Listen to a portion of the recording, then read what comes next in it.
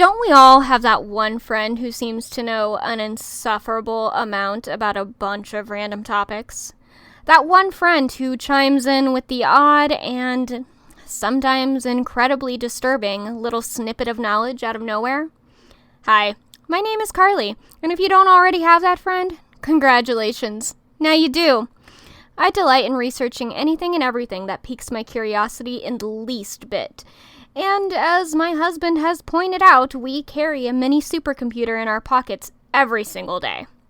So anytime I have the slightest curiosity about any given thing, from how wine gets its price to the difference between a Yeti and a Wendigo, I just look it up. Welcome to I'm Already Looking It Up.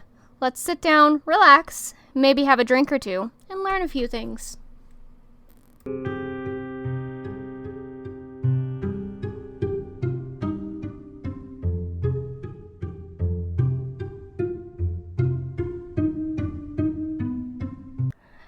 Hello, and welcome to another episode of I'm Already Looking It Up, the podcast where I, your host, research a random topic and tell you, my lovely listeners, all about it. So, without further ado, let's get started. So, for this episode, I wanted to talk about astrology. And that is because we have now talked about birthstones, and we've talked about gems, and now I want to talk a bit about the stars. So these are the kinds of things that a friend of mine would call kind of hooey-dooey, which I'm not going to call it that, because again, I believe you assign a certain meaning to something, and as long as you're not hurting yourself or others, I think it doesn't matter what you believe. Enjoy life to its fullest. It is so short anyway, so do what you do to make you feel good. Again, as long as it's not hurting yourself or others. So, I think astrology is very interesting because I know a lot of people who do believe in astrology very adamantly, and I do and I don't. There are moments when I'm a Scorpio, if you're wondering, and I'm sure I've mentioned it before, but I do believe that I do kind of have like a spooky vibe. I do ignore... I don't know if I really believe in horoscopes, but I do find them interesting. Sometimes, the idea of them is a lot of them are so vague that no matter what is going on to your life, you can somehow make it apply to your life.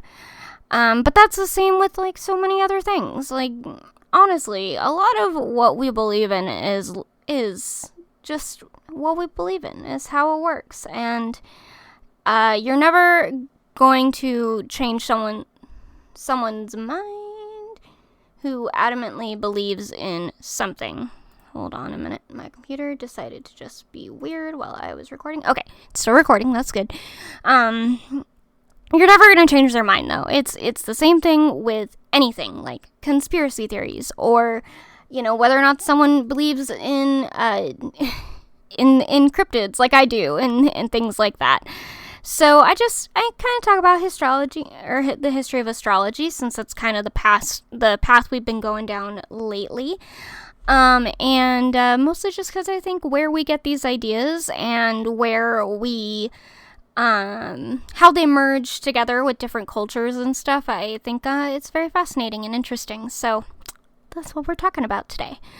So, again, we got our good friend Wikipedia, and we're gonna just kind of read about astrology. So join me. So, astrological belief in relation between celestial observations and terrestrial events have influenced various aspects of human history, including worldviews, language, and many elements of culture. It has been argued that astrology began as a study as soon as human beings made conscious attempts to measure, record, and predict seasonal changes by reference to astronomical cycles. Early evidence of such practices appears as markings on bones and cave walls, which show that the lunar cycle was being noted as early as 25,000 years ago.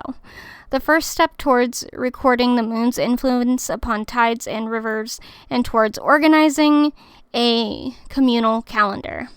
With the Neolithic Revolution, new needs were also being met by the increasing knowledge of constellations, whose appearance in the nighttime sky changes with the seasons, thus allowing the rising of particular star groups to herald annual floods or seasonal activities.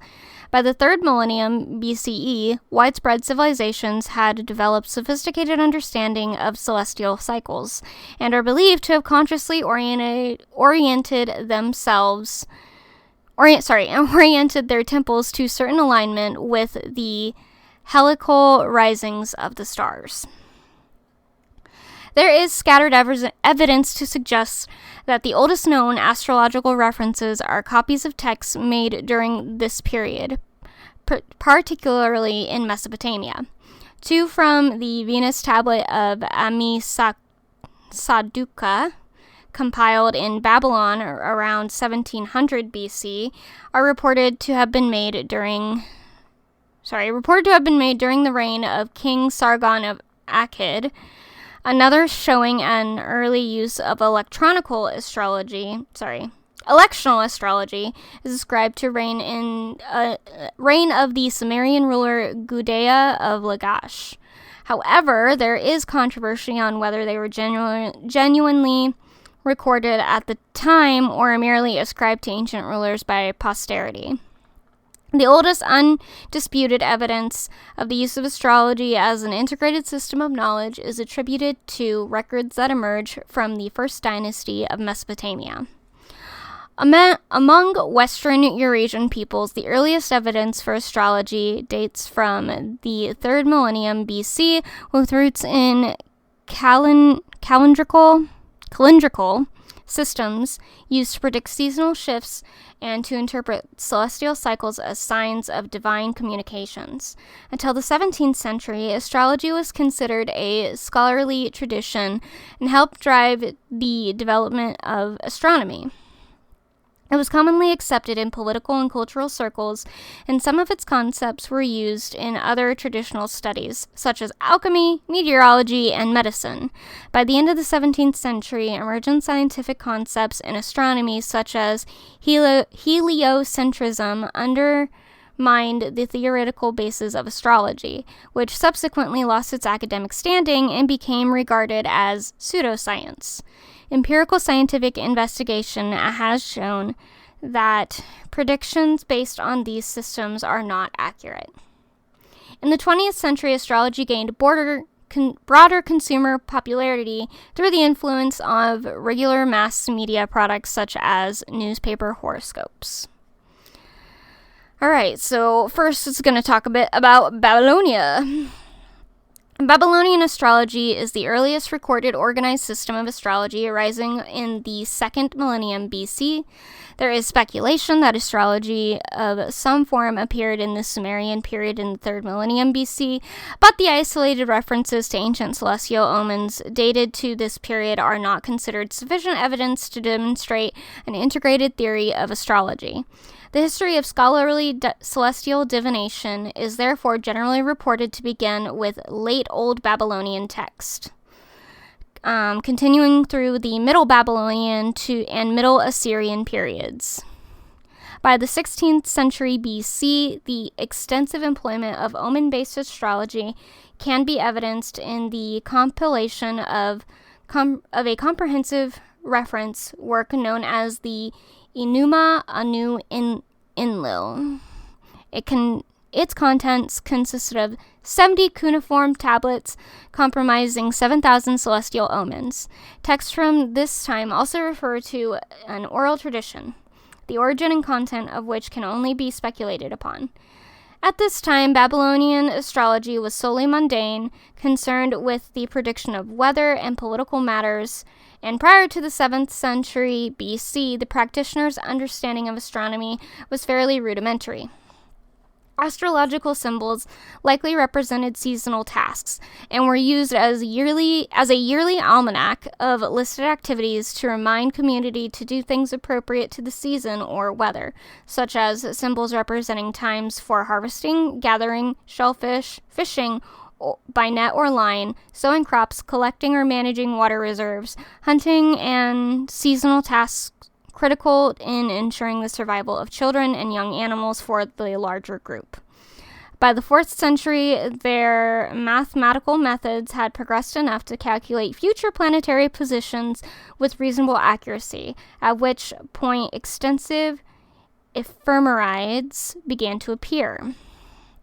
Babylonian astrology developed within the context of divination, a collection of 32 tablets with inscribed liver models dating from about 1875 BC are the oldest known detailed texts of Babylonian divination, and these demonstrate the same interpretational format that as employed in celestial omen analysis. Blemishes and marks found on the liver of the sacrificial animal were interpreted as symbolic signs which presented messages from the gods to the kings. The gods were also believed to present themselves in the celestial images of the planets or stars with whom they were associated. Evil celestial omens attached to any particular planet were therefore seen as indications of dissatisfaction or disturbance of the god that the planet represented. Such indications were met with attempts to appease the god and find manageable ways by which the god's expression could be realized without significant harm to the king and his nation. An astronomical report to the king Esarhaddon concerning a lunar eclipse of January 673 BC shows how the ritualistic use of substitute kings or substitute events combined an unquestioning belief in magic and omens with a purely mechanical view that the astrological event must have some kind of correlation with the natural world. In the beginning of the year, a flood will come and break the dikes. When the moon has made the eclipse, the king, my lord, should write to me. As a substitute for the king, I will cut through a dike here in Babylonia in the middle of the night. No one will know about it. Ula Koch, Koch, Western Holes, in her 1995 book Mesopotamian Astrology, argues that this ambivalence between a theistic and mechanic worldview defines the Babylonian concept of celestial divination as one which, despite its heavy reliance on magic, remains free of implications of targeted punishment with the purpose of revenge, and so shares some of the defining traits of modern science. It is objective and value-free, it operates according to known rules, and its data are considered universally valid and can be looked up in written tabulations. Koch Westenholz also established the most considered universally valid and can be looked up. Lost my spot. Most important distinction between ancient Babylonian astrology and other divinatory disciplines, as being the former was originally exclusively concerned with mundane astrology, being geographically oriented and specifically applied to countries, cities, and nations, and almost wholly concerned with the welfare of the state and the king as the governing head of the nation. Mundane astrology is therefore known to be one of the oldest branches of astrology. It was only with gradual emergence of horoscopic astrology from the 6th century BC that astrology developed the techniques and practice of natal astrology. Alright, so now we move on to Hellenistic Egypt. In 525 BC, Egypt was considered by the Persians, was conquered by the Persians, so there is likely to have been some Mesopotamian influence on Egyptian astrology. Arguing in favor of this, historian Tamsin Barton gives an example of what appears to be Mesopotamian influence of the Egyptian zodiac, which shared two signs, the balance and the scorpion, as evidenced in the Dendera zodiac. In the Greek version, the balance was known as the scorpion's claws. Pretty cool. After the occupation by Alexander the Great in 332 BC, Egypt came under Hellenistic rule and influence. The city of Alexandria was founded by Alexander after the conquest, and during the 3rd and 2nd centuries BC, the Ptolemaic scholars of Alexandria were prolific writers. It was in Ptolemaic Alexandria that Babylonian astrology was mixed with Egyptian tradition of decanic astrology to create horoscopic astrology. This contained the Babylonian Zodiac with its system of planetary exaltations and the triplicities of the signs and importance of eclipses. Along this, it incorporated the Egyptian concept of dividing the zodiac into 36 decans of 10 degrees each, with an emphasis on rising decan, the Greeks' system of planetary gods, sign rulership, and four elements. The decans were a system of time measurement according to the constellations. They were led by the constellation Sothis or Sirius. The rising of the decans in the night were used to divide the night into hours. The rising of a constellation just before sunrise, its heliacal rising, was considered the last hour of the night. Over the course of the year, each constellation rose just before sunrise for 10 days. When they became part of astrology of the Hellenistic age, each decan was associated with 10 degrees of the zodiac. Texts from the 2nd century BC list predictions relating to the positions of the planets in the zodiac signs at the time of the rising of certain decans, particularly Sothis. The earliest zodiac found in Egypt dates to the 1st century BC, the Dendera zodiac.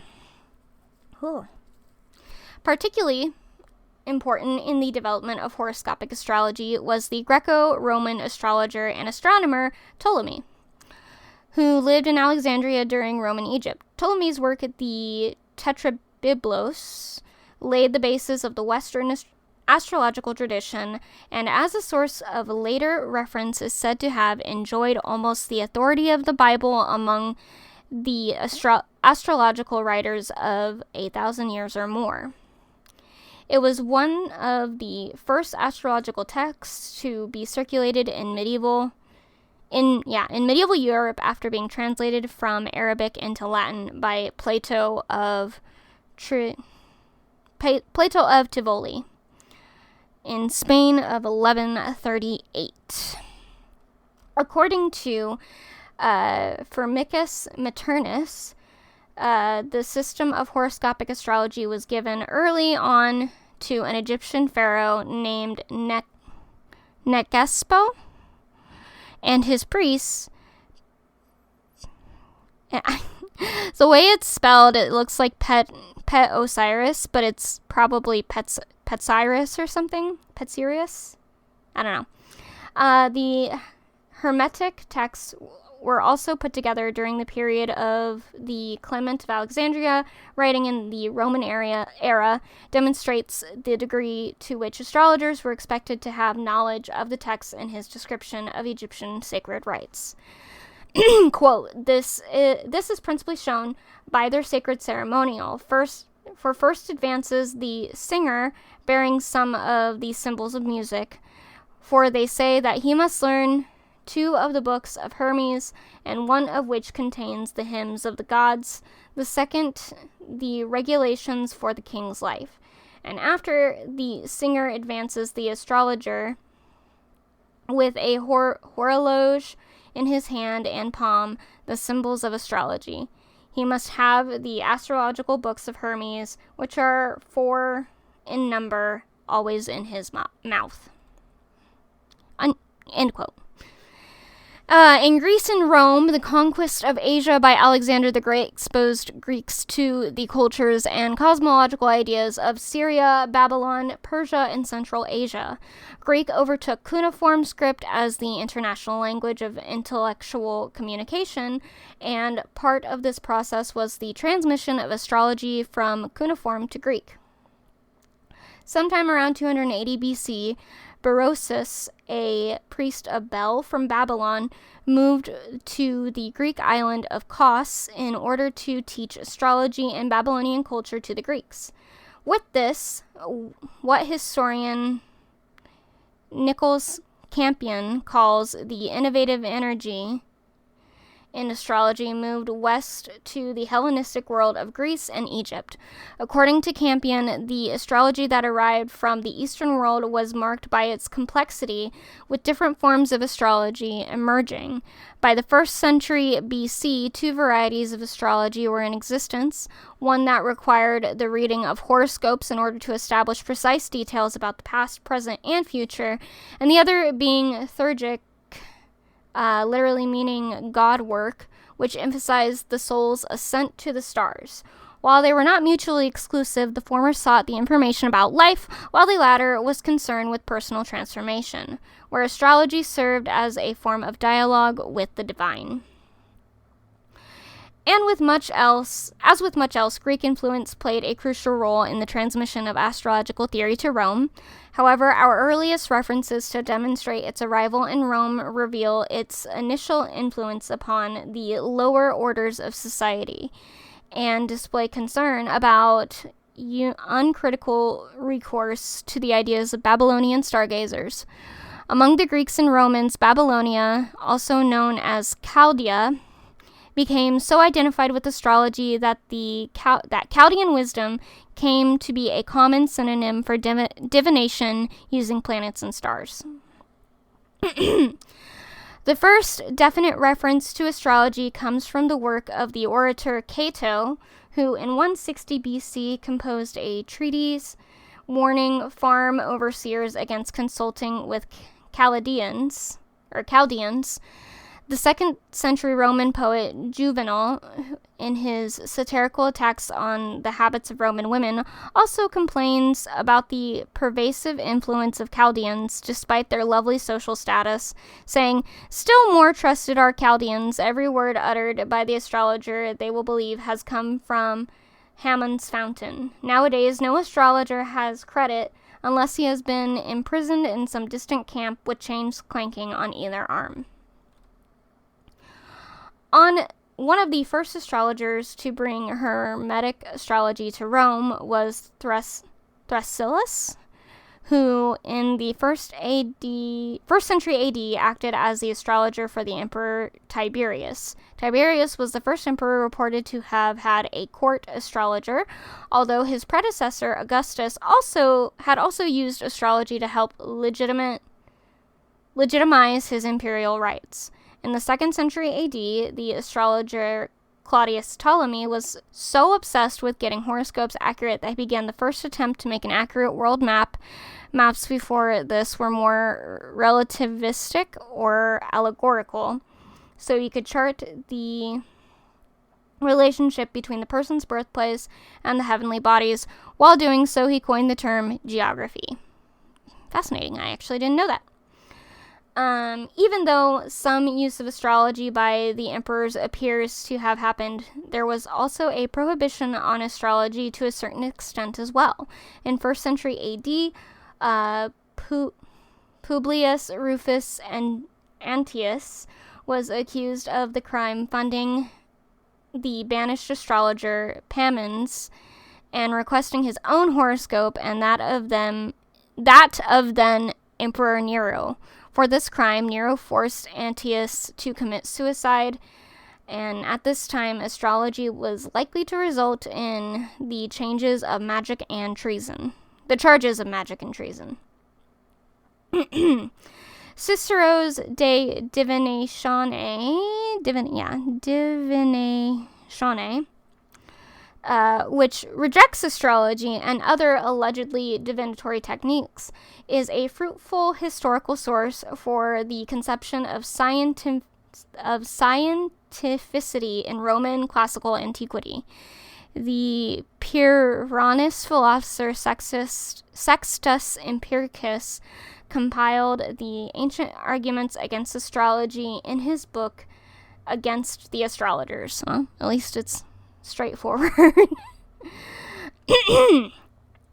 Islamic world. Astrology was taken up enthusiastic by Islamic scholars following the collapse of Alexandria to the Arabs in the 7th century and the founding of the Abbasid Empire in the 8th century. The second Abbasid Caliph al-Mansur, 754 to 775, founded the city of Baghdad to act as a center of learning and included in its design a library translation center known as Bait al-Hikmah, or the Storehouse of Wisdom. Pretty cool. Which continued to receive development from his heirs and was to provide major impetus for Arabic translation of Hellenistic astrological texts. The early translators included Mashallah, who helped to elect the time for the foundation of Baghdad, and Sahl ibn Bisr, or Zale, whose texts were directly influential upon later European astrologers such as Guido Bonatti in the 13th century and William Lilly in the 17th century. Knowledge of Arabic texts started to become imported into Europe during the Latin translations of the 12th century. In the 9th century, Persian astrologer Al-Bamassar was thought to be one of the greatest astrologers at the time. His practical manuals for training astrologers profoundly influenced Muslim intellectual history, through translations, that of the Western Europe and Byzantium in the 10th century. Al-Bamassar's introduction into astronomium was one of the most important sources for the recovery of Aristotle for medieval European scholars. Another was the Persian mathematician, astronomer, astrologer, and geographer Al-Khwarizmi. The Arabs greatly increased the knowledge of astronomy, and many of the star names that are commonly known today, such as Aldebaran, Altair, Betelgeuse, I know that one, Rigel, and Vega, retain the legacy of their language. They also developed the list of Hellenistic lots to the extent that they became historically known as Arabic parts, for which reason it is often wrongly claimed that the Arabic astrologers invented their use, whereas they are clearly known to have been an important feature of Hellenistic astrology. During the advance of Islamic science, some of the practices of astrology were refuted on theological grounds by astronomers such as Al-Farabi and Ibn al-Haytham, Genshin, and Avicenna. Their criticisms argued that the methods of astrologers were conjectural rather than empirical and conflicted with orthodox religious views of Islamic scholars, though the suggestion that the will of God can be precisely known and predicted in advance. Such refutations mainly concern judicial branches such as horary astrology, rather than the more natural branches such as medical and meteorological astrology, these being seen as part of the natural sciences at the time. For example, Avicenna's refutation against astrology argues against the practice of astrology while supporting the principle of the planets acting as the agents of the divine causation, which expresses God's absolute power over creation. Avicenna considered that the movement of the planets influenced life on Earth in a deterministic way, but argued against the capability of determining the exact influence of the stars. In essence, Avicenna did not refute the essential dogma of astrology, but denied our ability to understand it to the extent that precise and fatalistic predictions could be made from it. In medieval and Renaissance Europe, while astrology in the East flourished following the breakup of the Roman world, with Indian, Persian, and Islamic influences coming together and undergoing intellectual review through an active investment in translation projects, Western astrology in the same period had become fragmented and unsophisticated, partly due to the loss of Greek scientific astronomy and partly due to the condemnations by the Church. Translations of Arabic works into Latin started to make their way to Spain by the late 10th century, and in the 12th century, the transmission of astrological works from Arabia to Europe acquired great impetus. By the 13th century, astrology had become a part of everyday medical practice in Europe. Doctors combined Galenic medicine, inherited from the Greek physiologist Galen, with studies of the stars. By the end of 1500s, physicians across Europe were required by law to calculate the position of the moon before carrying out complicated medical procedures such as surgery and bleeding. Influential works of the 13th century include those of the British monk Johannes de Sacrobosco and the Italian astrologer Guido Bonatti from Forlì/Italy. Bonatti served the communal governments of Florence, Siena, and Forlì and acted as advisor to Frederick II, Holy Roman Emperor.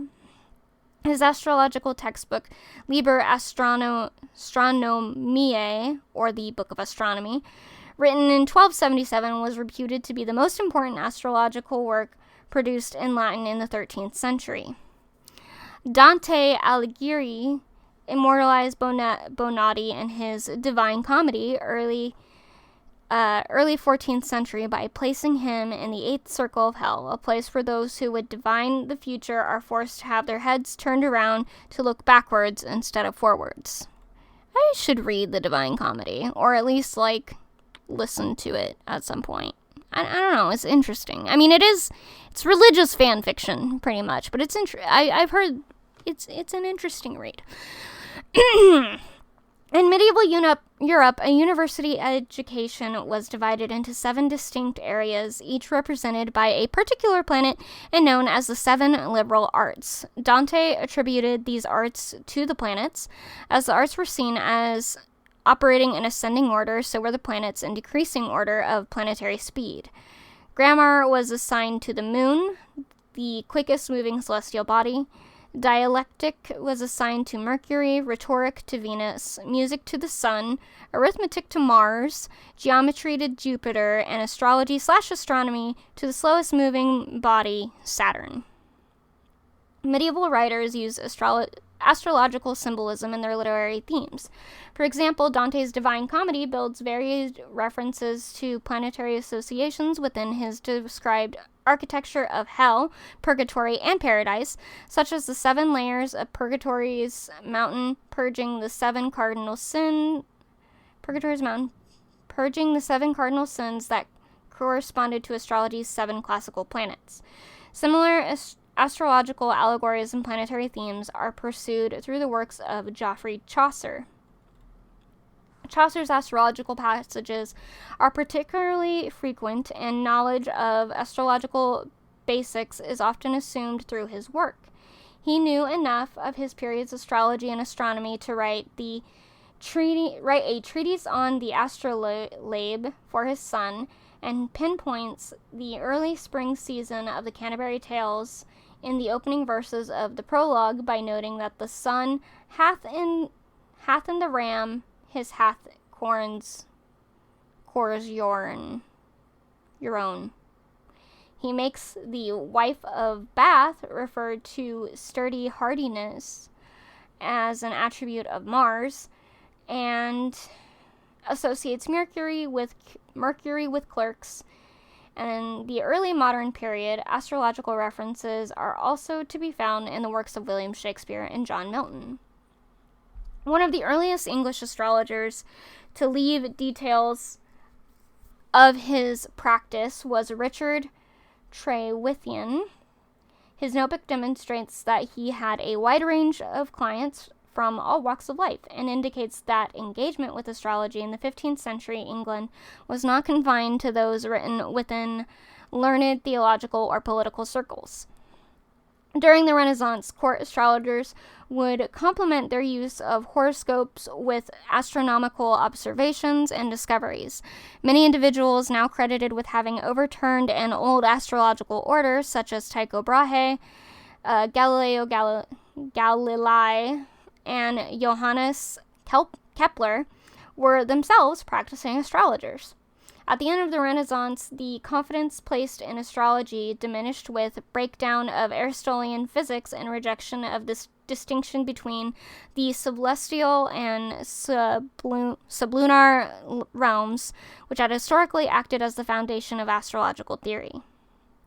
Keith Thomas writes that although heliocentrism is consistent with astrology theory's 16th and 17th century astronomical advances meant that the world could no longer be envisaged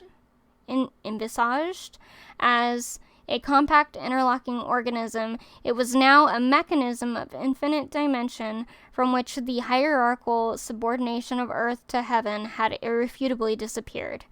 Initially, amongst the astronomers of the time, scarcely anyone attempted a serious refutation in the light of the new principles. In fact, astronomers were reluctant to give up the emotional satisfaction provided by a coherent and interrelated universe. By the 18th century, the intellectual investment, which had previously maintained astrology's standing, was largely abandoned. History of Science, Anna Geneva writes, astrology in 17th century England was not a science, it was not a religion, it was not magic, nor was it astronomy. Mathematics, Puritanism, Neoplatism, psychology, meteorology, alchemy, or witchcraft. It used some of these as tools, it held tenets in common with others, and some people were adept at several of these skills. But in the final analysis, it was only itself a unique divinatory and prognostic art embodying centuries of accredited methodology and tradition. There you go. Alright, so in India, the earliest recorded use of astrology is recorded during the Vedic period. Astrology, or Jyotisa, is listed as a Vedanga, or branch of Vedas of the Vedic religion. The only work of this class to have survived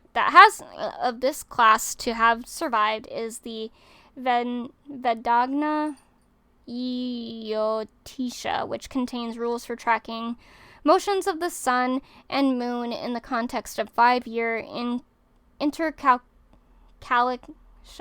intercalation? Yeah. 5-year intercalation cycle. The date of this work is uncertain, as its late style of language and composition consists with the last centuries BC, albeit pre-Marian conflicts, with some interval evidence as a much earlier date in the 2nd millennium BC. Indian astronomy and astrology developed together.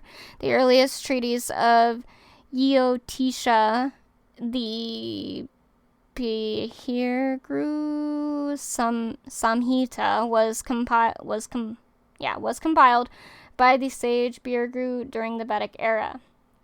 The sage Behirgru is also called the father of Hindu astrology and one of the venerated Saptarishi, or 7 Vedic sages. The Saptarishis are also symbolized by the 7 main stars in the Ursa Major constellation.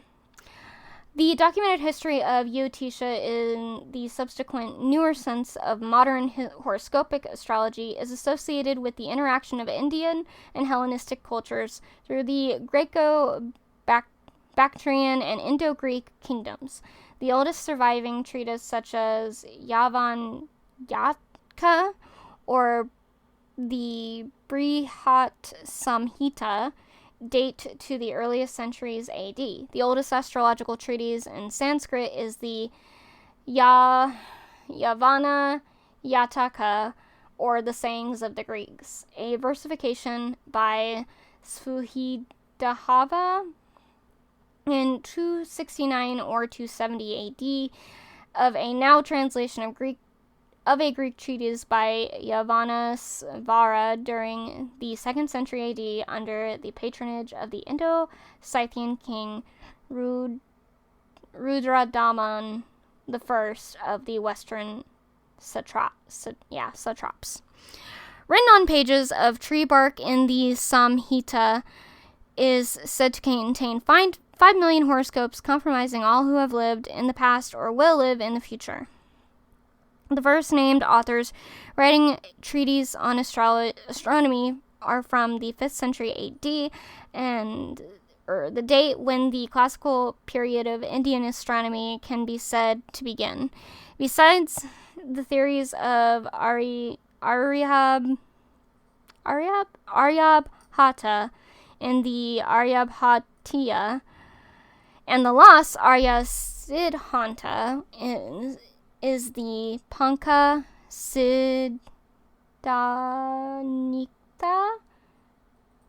and Varahamihira. There you go. In China, the Chinese astrological system is based on native astronomy and calendars. It is significant, and its significant development is tied to the native astronomy which came to flourish during the Han Dynasty, which is 2nd century BC and 2nd century AD. Chinese astrology has a close relationship with Chinese philosophy, theory of the 3 harmonies, heaven, earth, and water, and uses the principles of yin and yang and concepts that are not found in Western astrology, such as Wu Jing teachings and 10 celestial stems and the 12 earthly branches, the lunisolar calendar, moon calendar, and sun calendar, and the time calculation after year, month, and day, and Shijin. Astrology was traditionally regarded highly in China, and Confucius is said to have treated astrology with respect, saying heaven sends down its good or evil symbols, and wise men act accordingly. The 60-year cycle combining the 5 elements with the 12 animal signs of the Zodiac has been documented in China since at least the time of the Shing or Yin dynasty, 1766 BC to 1050 BC.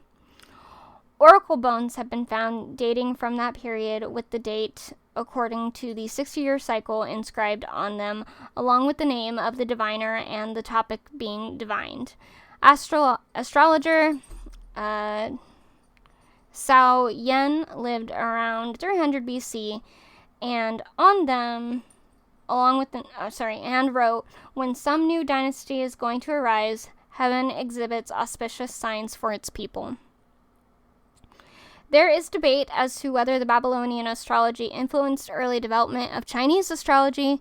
Later in the 6th century, the translation of Mahasamnipata Sutra brought the Babylonian system to China. Though it did not displace Chinese astrology, it was referenced in several poems. Alright, and the last one we're going to talk about is the Mesoamerican history of astrology. After I rub my eye. The calendars of pre-Columbian Mesoamerica are based upon a system which had been in common use throughout the region, dating back to at least the 6th century BC. The earliest calendars were employed by peoples such as the Zapotecs and Olmecs, and later by such peoples as the Maya, Mixtec, and Aztecs. Although the Mesoamerican calendar did not originate with the Maya, their subsequent extensions and refinements to it were the most sophisticated. Along with those of the Aztecs, the Maya calendar are the best documented and most completely understood.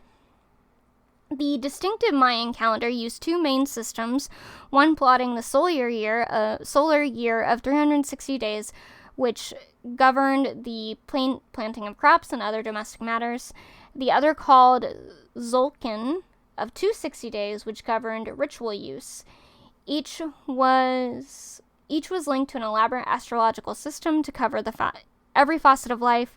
On the 5th day after the birth of a boy, the Mayan astrologer priests would cast his horoscope to see what his profession was to be: soldier, priest, civil servant, or sacrificial victim. Wow. A 584-day Venus cycle was also maintained which tracked the appearance and conjunctions of Venus. Venus was seen as a generally inauspicious and baleful influence. The Mayan rulers often planned the beginning of warfare to coincide with when Venus rose. There is evidence that the Maya also tracked the movements of Mercury, Mars, and Jupiter, and possessed a zodiac of some kind. The Mayan name for the constellation Scorpio was also Scorpion, while the name of the constellation for Gemini was Picari. There is some evidence for the constellations being named after various beasts. The most famous Mayan astrological observatory is still intact is the Caracol Observatory in the ancient Maya city of Chichen Itza in modern-day Mexico. The Aztec calendar shares the same basic structure as the Mayan calendar, with two main cycles of 360 days and 260 days. The 260-day calendar, called the Tono Pohuali, was used primarily for divinity purposes. Like the Mayan calendar, these two cycles formed a 52-year century, sometimes called the calendar round. So it's interesting. I actually didn't know that the calendars were mainly built around astronomy or astrology, but it makes sense. It makes a lot of sense. It's very interesting. I think that I thought we were going to read a lot about horoscopes, but we didn't. Horoscopes are actually a very tiny part in this. And this used to be like an actual revered science, but as we, as a civilization, get older and grow, we find out that maybe it's not as accurate as we thought it was. That is still something we are learning today. Nothing is set in stone. And I know it's kind of like a pseudoscience now, but I always like to tell people that just because we can now understand something, doesn't make it any less magical. So, you should still think of science as magic, in my opinion. I think a lot of things are really, really cool, and just because I know how they work doesn't mean I don't find them any less fascinating. So, take that as you will. But, so that's astrology. Like I said, I'm a Scorpio. I don't really believe in horoscopes, and that's fine. I think it's interesting that my sign is kind of a spooky scorpion. It does frustrate me, though, that whenever you see those, like, memes on Facebook or something that are like, your sign is this thing. Mine is always the really spooky or really, like, dangerous thing. I don't know how that be. Like, I don't feel like I'm dangerous or scary in any way, but I don't know. Maybe I give off a vibe that I don't know of. Who knows? Anyway, this was pretty cool. I feel like I actually learned a lot reading this. But that is where we're going to leave it for today. Thank you so much for listening to my podcast, and if you enjoyed it, please like, subscribe, and share it. It really helps me out. If you're, it's everywhere. If you're on Apple Podcasts, leave it a review. If you're on Spotify, follow it. It's even up on YouTube, so you can check that out. But yeah, I really appreciate some just like push forward to say, hey, keep doing this. But we'll see how things go. But yeah, thanks again for listening. I really appreciate it, and I will see you next time. Thank you for listening to I'm Already Looking It Up. This show is written, directed, edited, and produced all by me, Carly Kaufman. To show your support, please leave a review on Apple Podcasts, like, share, and subscribe wherever you get your podcasts. You can also check out at Wild Forest Productions on Patreon, Tumblr, and Instagram, and Facebook. To find other ways to support the creator, check out at Empress Wild on YouTube, Twitch, Twitter /X, Facebook, TikTok, and also Instagram. And if you have any topic suggestions, feel free to throw them my way. Can't wait to see you in the next episode. Until then.